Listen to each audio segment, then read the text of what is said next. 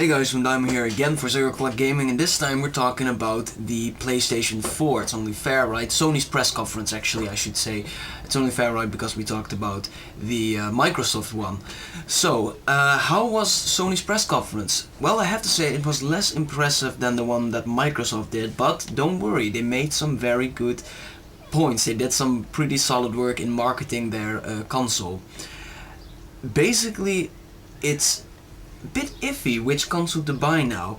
Microsoft has done really well in securing, like I already said, in securing many IPs to their console exclusivity or temporarily exclusivity deals, which makes them really strong on the game side.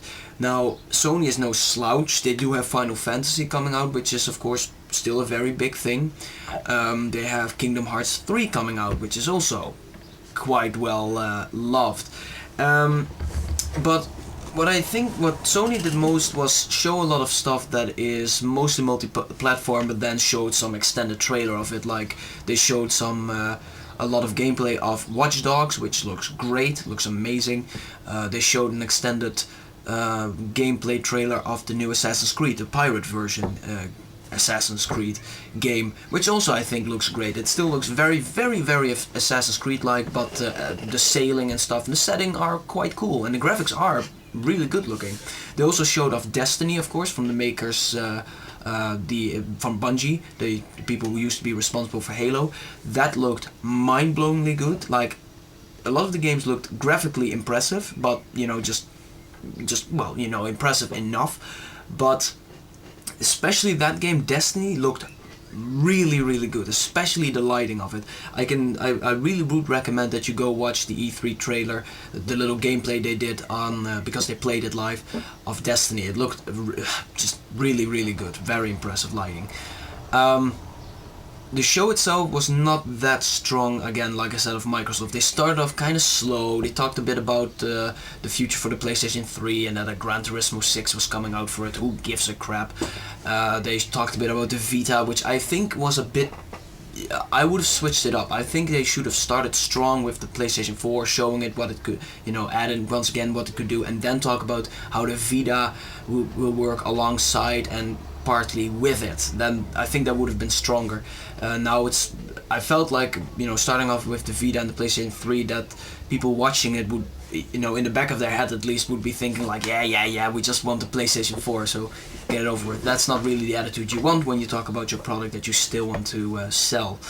So I think they should have done that reverse. Now, where Sony came out really strong was basically borderline word for word taunting whatever Microsoft is doing. So they were really stabbing at Microsoft's presentation or Microsoft's new business plans. There will be very little restrictions on the PlayStation 4, unlike the Xbox One.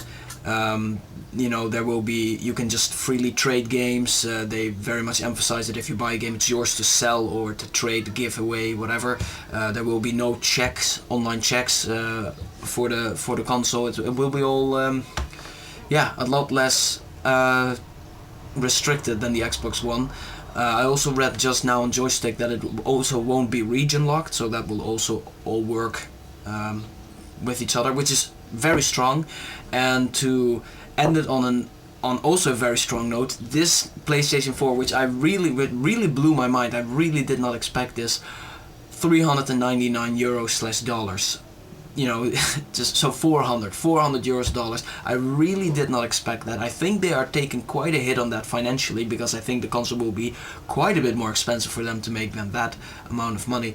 But just really good. The Xbox One is €100/dollars more expensive, and that's a lot. That's a lot of money. The PlayStation 4 is, the Wii U is €350, and then the PlayStation 4 400, which is, it's impressive. It's a very good price point. I think Nintendo will probably drop their price reasonably soon on the Wii U. I think they will have to drop it a little bit lower, make it more 300, I would say.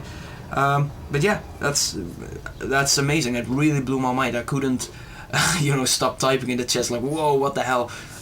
Amazing, very good show on Sony's part.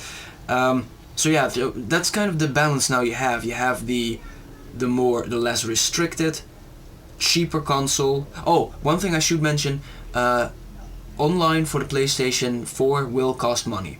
So they've kind of gone for the same thing that Microsoft did, and I think it will be pretty much the same price as well as an Xbox Live Gold account.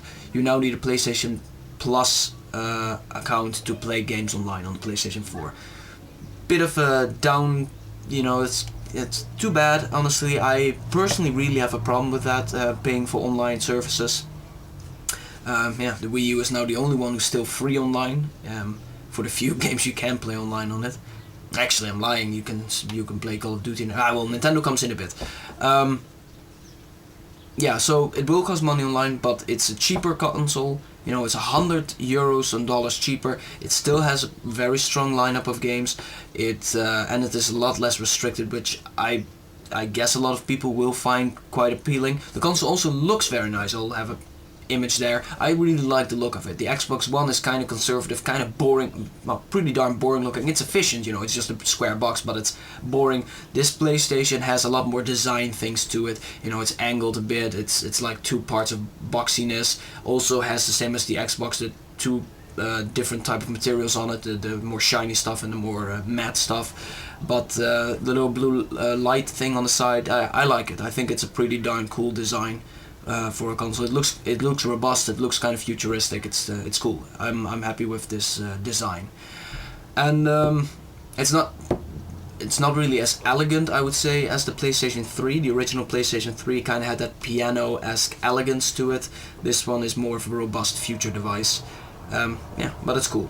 I like it. So on the one hand, you have a cheaper, less restricted console with, at least at this point, a slightly less impressive game lineup, at least when it comes to exclusivity. And on the other hand, you have a pretty darn expensive console. Kinect is needed. There's no way to capture footage from it. It does, however, have a really, really solid game lineup. And in the end, of course, we play games for the games. The games are very important, the most important thing probably about the console. So that makes the Xbox a strong contender. And Wii U, we need some. Well, I already saw some info now, which is not looking that great. Not bad, but not that great. But I'll talk about that in the next. So yeah, Sony did well. Not a super sleek presentation, not as well done as Microsoft, but the endpoints and just the cold hard facts on the PlayStation side make it a very, very, very good contender. So Sony did a good job.